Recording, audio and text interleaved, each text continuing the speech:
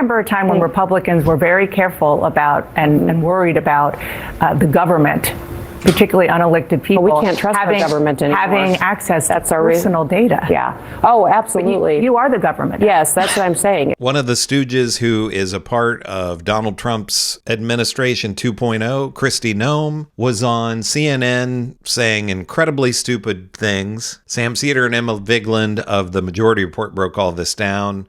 We're going to take a look at clips of Sam Seder and Emma Vigeland. I've got some opinions on this as well. This is a funny one. Let's get into this together. Here's Kristi Noem. Now, we should say 19 state attorney generals accused the president of failing to faithfully execute the nation's laws when he let Doji comb through federal computer systems. Federal judge early Saturday morning temporarily restricted access to, by Elon Musk's government efficiency program to the Treasury Department's payment and data systems, saying there was a risk of irreparable harm. Judge Engelmeyer ordered any such official who had been granted access to the system since January 20th to, quote, destroy any and all copies of material downloaded from the Treasury Department's records and systems. You like to bet? Do you want to bet that not that there's someone who's retained one? But fair enough. Oh, you mean the Grifter like Nazi posters? You think that they may illegally hold on to certain information that they got from the Treasury, which was the whole point? I mean, let's be clear. All of these government buildings are now like being guarded by Pinkertons or some, exactly. Like private security.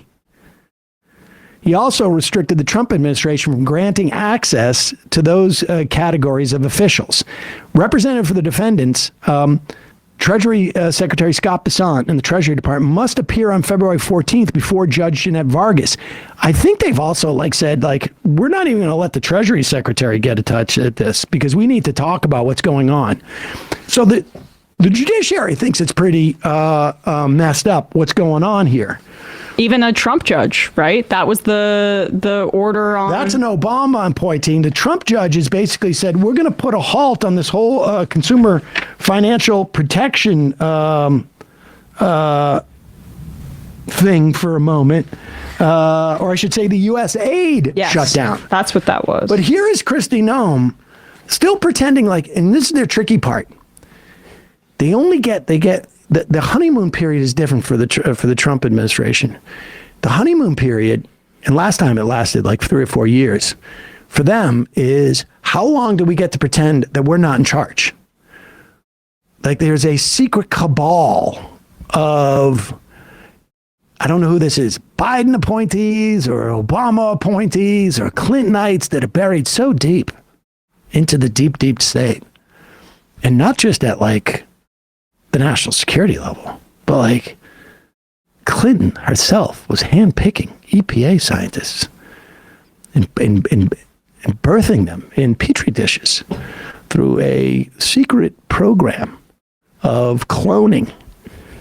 Which is going to turn out the Federalist Society actually has a program like that. Various hippy dippies. It was sort of like The Boys from Brazil. I don't know if you ever saw it. It was an old movie, but they cloned Hitler and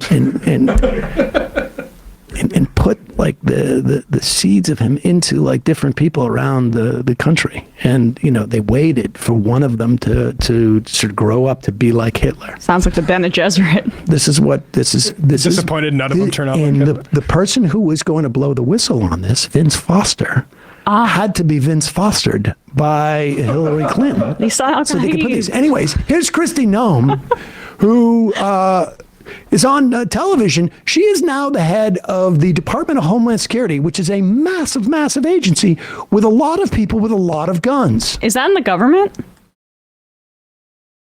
I remember a time when Republicans were very careful about and worried about the government, particularly unelected people. We can't trust our government anymore. Having access to personal data. Yeah. Oh, absolutely. You are the government. Yes, that's what I'm saying, is that the American people now are saying that we have had our personal information shared and out there in the public. Now Elon Musk has access to it. Yeah, but Elon Musk is part of the administration that is helping us identify where we can find savings and what we can do. And he has gone through the processes to make sure that he has the authority You're totally the president has granted him.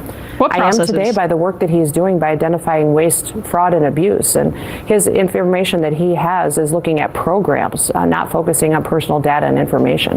Not focusing on it, but he has access to it. We'll be continuing to talk to him about what all he has access to. Oh, This we're going to have a talk with him. Have a chat. I'm going to pause here for just 1 second. It's amazing to me the job that Republicans have done over the decades to convince people that it's okay for these people who want to be a part of the government.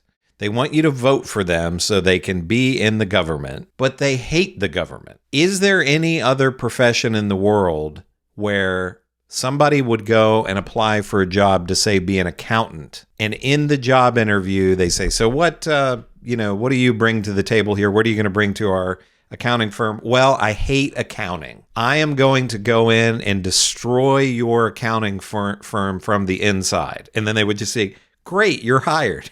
It's just absolute insanity. Also, the idea that they have convinced millions and millions of people over the generations to accept people who have absolutely no experience in government being a part of government. Is there something to be said for people who think outside of the box and maybe can come from a different area and bring in some new ideas? And maybe if somebody is in a job for decades, things could become stale. Yes. I'm against the idea of us having presidents and members of Congress who are in their 70s and 80s. We need an age cutoff. However, there's also something to be said for experience. And again, is there any other profession? Let's use accounting again. And, accounting, it's not like it's a life or death thing, as some of these, government jobs actually could be. But would an accounting firm interview somebody, and in the interview process, they say, okay, so how much experience do you have with accounting? None. So what do you know about accounting? I don't know anything. I actually was I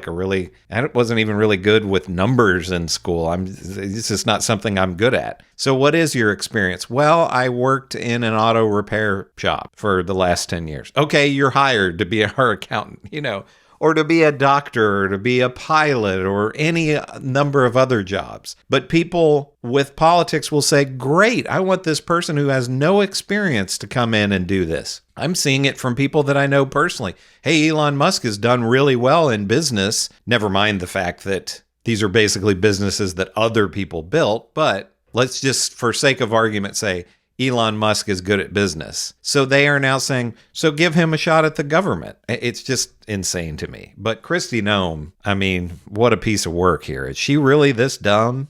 What process did he go through? Are you looking at any of the contracts that the Treasury sent remittances to for let's say competitors of yours? You're rooting through all this system. Hey, you're not going and finding people that you're pissed about. It's not like you're a little man baby who had an emotional breakdown when the Dave Chappelle crowd booed you, and then you went on to buy Twitter for a loss of tens of billions of dollars. You're emotionally stable, right? You don't have to worry about you acting out on anything. He did not go through any process. He did not go through Senate confirmation. And you would think that the senators on the Republican side would be opposed to their power being so aggressively diminished and ignored. But the reality is that only one party seems to commit to process over outcomes. And that's the Democratic Party, because the Republicans don't care. Because as long as it cuts into our government functioning and really harms people and immiserates them and puts them back into the private sector, which has been the explicit goal of some of this gutting of the administrative state, they're okay with it. Are you saying that you don't think some of those people who work for that douchey entity were properly vetted?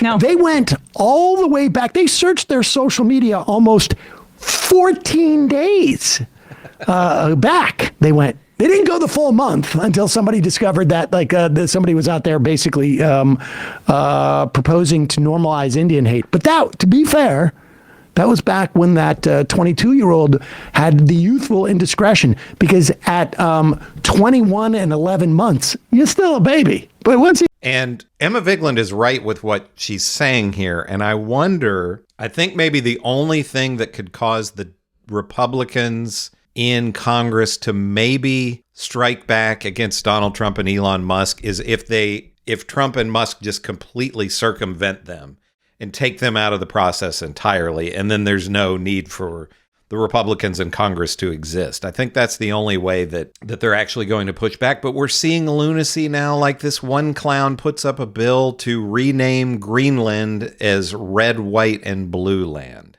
It's just insanity. And the thing with some of these things, okay, I don't understand with the Republicans, like we're having these, they're proposing 70% cuts to NIH. You've had a couple of Republicans come out and say, hey, I'm not on board with this. But do we really want funding to be cut for medical research and prescription drugs? That's one of the dirty secrets that most of the public doesn't know, is that all of the prescription drug research is being done in universities with taxpayer dollars, and then the pharmaceutical companies are able to privatize that and make a ton of money off of it.